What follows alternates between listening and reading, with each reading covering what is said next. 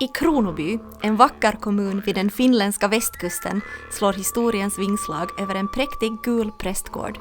Detta är Torgare. Torgare har i århundraden varit Kronobys kulturella centrum och har stått stabil genom många vändpunkter i Finlands historia. Svenska stormaktstiden, ryska väldet, krig och fred och slutligen det självständiga Finland. Att ange ett exakt årtal för när Torgare prästgård uppfördes är svårt. Källaren lär härstamma ända från 1600-talet, från tiden då Kronoby grundades och fick sin första kyrkoherde.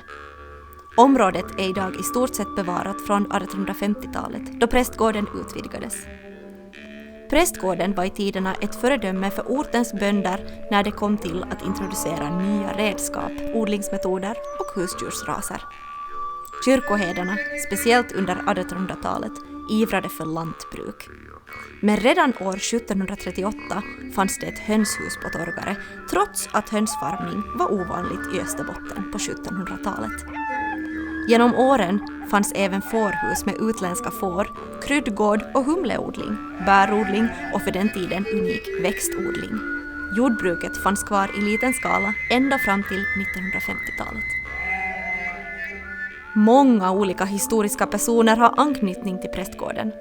I en av vindskamrarna finns ett minnesrum dedikerat till Henrik Gabriel Portan, den finländska historieskrivningens fader, som spenderade 10 barndomsår här hos sin morbror, kyrkoherden Gustav Juslenius. Även Carl von Linné nämner Torgare prästgård och prosten Kajanus i sina reseanteckningar. Årligen i februari ordnas Runebergsfest på prästgården. Traditionen bottnar i att Johan Ludvig i sin ungdom spenderade en del somrar på prästgården. Han umgicks då med prästen Fredrik Juvelius son och framförallt med prästdottern Fredrika Frigga.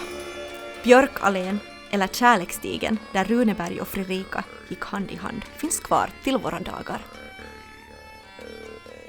Än idag är Torgare ett historiskt kulturcentrum i Kronobynejden, bland annat med museal verksamhet. På Torgare finns ett militärmuseum med bland annat uniformer från Finlands krig. I Skogsbrynet finns den gamla ladugården från början av 1800-talet som fungerar som lantbruksmuseum. Barn intresserar sig gärna för skolmuseet.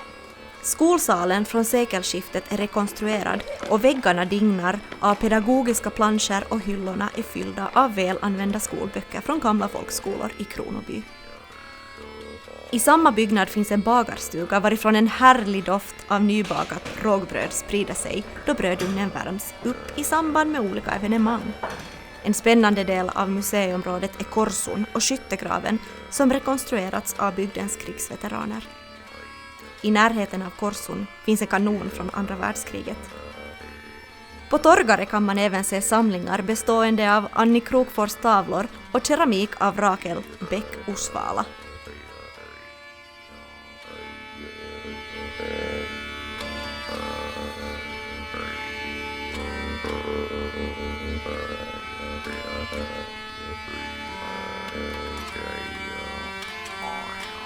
Till näst ska vi bege oss in i prästgården.